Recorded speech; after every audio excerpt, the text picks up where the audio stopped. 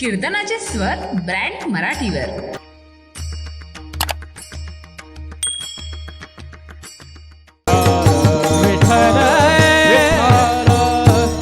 लक्षात घ्या मायबाप, या अभंगाद्वारे जगद्गुरु तुकोबाराय खऱ्या अर्थानं नामाचं महात्म्य विशद करतात. आणि अंतकरणामध्ये जर खऱ्या अर्थानं या मनाला भगवंताच्या नामाचा छंद लागला, अंतकरणामधले 6 विकार दूर होतात. आणि या देहाची खऱ्या अर्थाने हे 6 विकार दूर झाल्यानंतर बंधनं शरीराची गळून पडतात नव्हे. मग या देहानं जे काही कार्य करू ना, त्या प्रत्येक कार्याला खऱ्या अर्थानं समाजामध्ये एक आदराचे स्थान मिळतं. जो अंतकरणामध्ये भाव निर्माण होतो तो जर शुद्ध आणि सात्विक असेल, भगवान परमात्म्याची प्राप्ती झाल्याशिवाय राहत नाही. आणि एकदा का अंतकरणामधून हे 6 विकार निघून गेले, या देहाला खऱ्या अर्थानं काम, क्रोध, मोह, माया, लोभ हे दूर झाले, हे चित्त निर्मळ होतं. आणि एकदा का हे चित्त निर्मळ झालं आणि भगवंताच्या नामात रत झालं की अंतकरणामधून मृत्यूची म्हणजे काळाची भय नाहीसं होतं. तो कलिकाळावरही सत्ता प्रस्थापित करतो. सरळ 4 चरणांचा भावार्थ आहे. विठ्ठल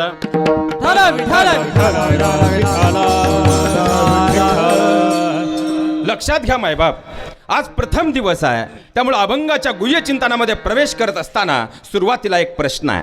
जोपर्यंत या प्रश्नाची उकल होणार नाही तोपर्यंत अभंगाच्या गुह्य चिंतनामध्ये प्रवेश करणं अयोग्य ठरणार आहे. पहिला प्रश्न असा आहे, इसवी सन 1200च्या कालखंडापासून आपल्याकडे कथा कीर्तनं सुरू आहेत, मोठमोठे सप्तेह सुरू आहेत. तरीही या 2021 मध्ये तुम्हाला आणि मला कीर्तनाची गरज का आहे? लक्षात घ्या मायबाप, खऱ्या अर्थाने इसवी सन 1200च्या कालखंडापासून आपल्याकडे कथा कीर्तनं चालू आहेत. पण आज यासाठी गरज आहे की तुम्हाला मला प्रत्येकाला गरज आहे, कारण कोरोना आला, कोरोनानं अनेक गोष्टी बदलवल्या महाराज. पण खऱ्या अर्थानं मी एकच वाक्य सांगेल की जर आज आपल्याकडे प्रत्येक घरामध्ये म्हटलं जातं, नवे तर इथं बसलेला प्रत्येक जण मान्य करेल, तुम्ही रात्रीचा दिवस करा, दिवसाची रात्र करा, कितीही संपत्ती कमवा, पण कमवलेली सगळी संपत्ती शेवटी इथंच ठेवून जावी. तुम्ही बोलले तर आपलं सूत्र, नाही तर विठोबा रुक्माई, ज्ञानेश्वर माऊली, पाकिट, मी चाललो. लक्षात घ्या, कितीही रात्रीचा दिवस केला तरी जाताना शेवटी संपत्ती सोबत नेता येत नाही, कारण कपाळावरती जो ठोकळा आहे तो सुद्धा दुसऱ्याचा आहे. पण मी उलट सांगणार आहे महाराज, तुम्ही कमवलेली सगळीच्या सगळी संपत्ती ज्याला ज्याला आपल्या सोबत घेऊन जायची आहे, नवे पुढच्या जन्मातही वापरायचं आहे, त्यांच्यासाठी कीर्तन आहे. विठ्ठल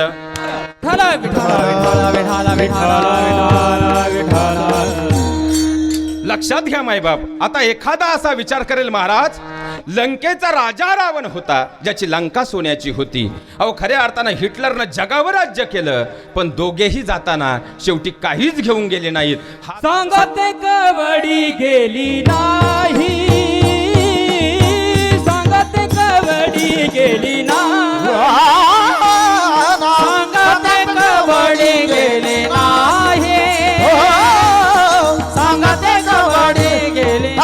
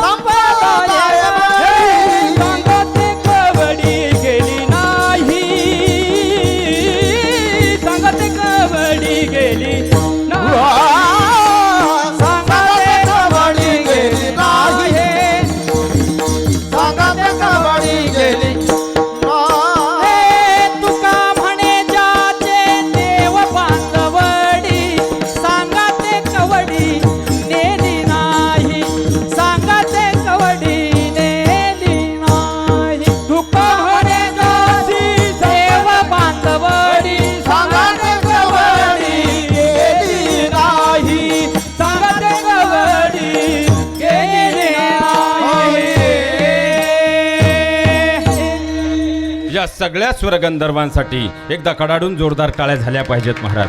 आणि आजपासून आपल्या सप्ताहाला एक सवय लावून घ्यायची महाराज. मला सांगा, ही सगळी मंडळी महाराष्ट्रातील कोहिनूर रत्न आहेत, बरोबर की नाही? ही सगळी मंडळी फक्त रावळगावकरांच्या प्रेमासाठी 7 दिवस या ठिकाणी येत असतात. मग ही सगळी मंडळी आपली आहे, मग त्यांना प्रोत्साहन देण्याचं काम कुणाचं आहे? म्हणून आजपासून आपल्या सप्ताहाला इथून पुढे रोजच्या रोज, आजच नाही तर रोज एक सवय लावून घ्यायची महाराज. कोणतंही प्रमाण झालं की एकदा जोरदार टाळ्यांची बरसात झाली. लक्षात घ्या, लक्षात घ्या मायबाप. अहो, सोन्याची लंका असणारा रावण सुद्धा हात हलवत गेला आणि जगाचा मालक बनलेला हिटलर सुद्धा हात हलवत गेला. आणि महाराज तुम्ही असं म्हणताय की आमच्या जीवनामध्ये जी कमवलेली संपत्ती आहे ती सगळी सोबत नेता येईल का? तरी मी म्हणेल नेता येईल. मग रावणानं का नेली नाही? मग हिटलरनं का नेली नाही? या दोघांनी एकच चूक केली, कीर्तन कधी ऐकलंच नाही. विठ्ठल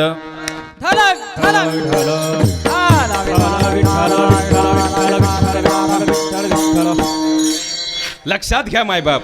दृष्टांत देतो म्हणजे समजणं सोपं होईल. एक उद्योगपती होता.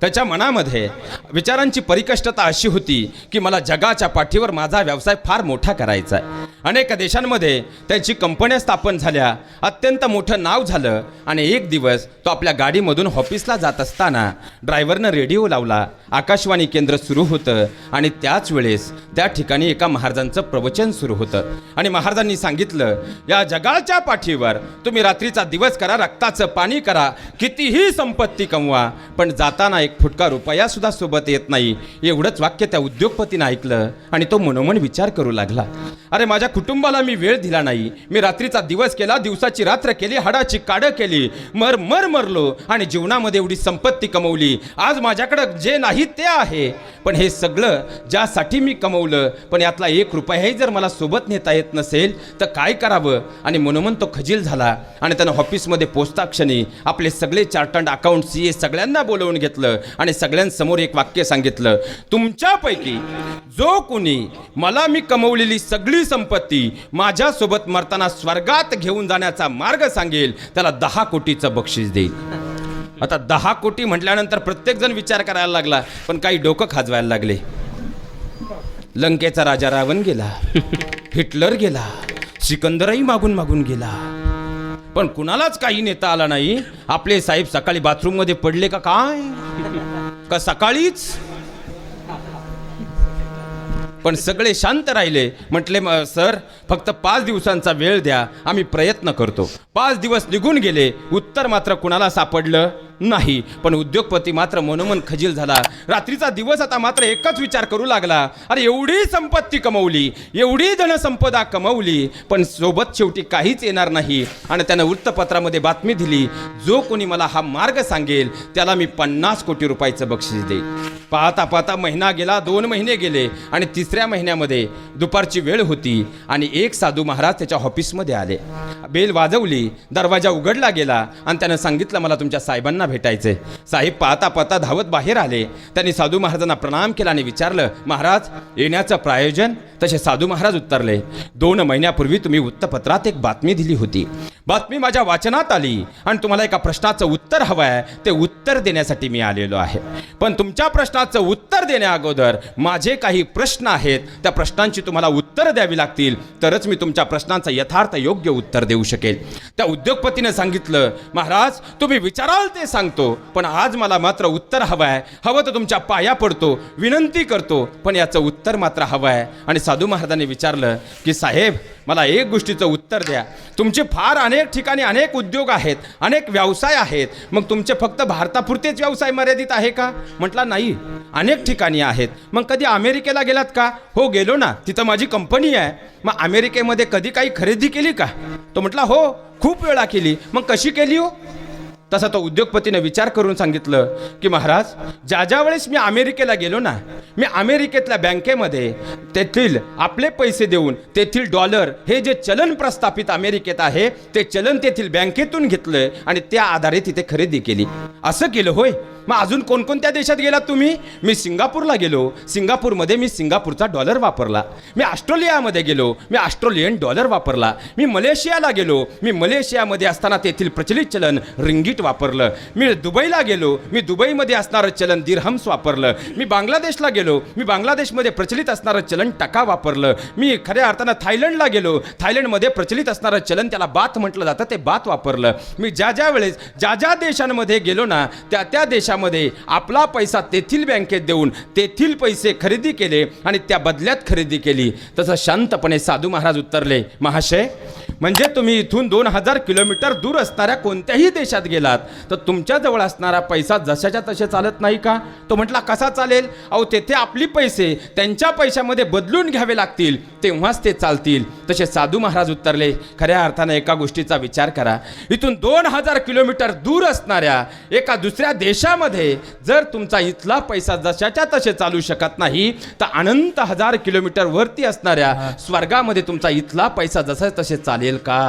अहो जर तुम्हाला स्वर्गामध्ये तुमची सगळी संपत्ती घेऊन जायची असेल तर स्वर्गामध्ये जे नाणं प्रचलित असेल ना त्या नाण्यामध्ये तुमची इथली सगळी संपत्ती तुम्हाला पहिल्यांदा कन्वर्ट म्हणजे बदल करून घ्यावा लागेल, तेव्हाच खऱ्या अर्थानं तुम्हाला सगळी संपत्ती सोबत नेता येईल. मग त्यासाठी महाराज काय करावं लागेल? काही करायची गरज नाही. स्वर्गामध्ये जे प्रचलित चलन आहे त्याचं नाव म्हणजे पुण्य आहे. त्या पुण्य या करन्सीमध्ये या स्वर्गातील चलनामध्ये तुमची आजची सगळी संपत्ती तुम्हाला बदलून म्हणजे कन्व्हर्ट करून घ्यावी लागेल, तरच ती सोबतही नेता येईल नवे पुढच्या जन्मात. करा हरी भक्ती परलोकी येईल कामा. करा हरी भक्ती परलोकी येईल कामा. हे करा हरी भक्ती करा येईल कामा. करा हरी भक्ती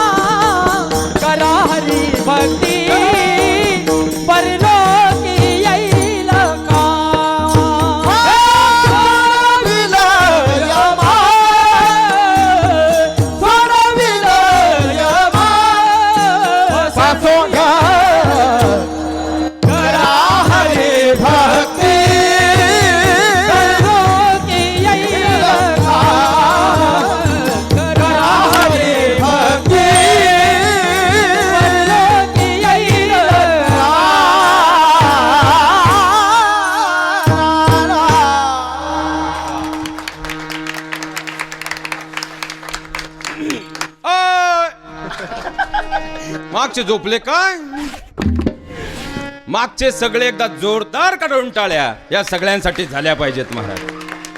लक्षात घ्या मायबाप, खऱ्या अर्थानं स्वर्गामध्ये जर प्रचलित चलन हवं असेल ते पुण्य आहे. मग पुण्य कमवण्यासाठी काय करावं लागेल? तर पुण्य कमवण्यासाठी आपली नीती, आपले आचरण, आपलं दान, आपलं धर्म असा असावा जो पुण्यात कन्व्हर्ट होईल. आणि हेच शिकवण्याचं या जगाच्या पाठीवर जर कोणतं एकमेव विद्यापीठ असेल तर ते विद्यापीठ म्हणजे कीर्तन आहे. म्हणून तर समाजाला कीर्तनाची गरज आहे. विठ्ठल विठ्ठल विठ्ठल विठ्ठल विठ्ठल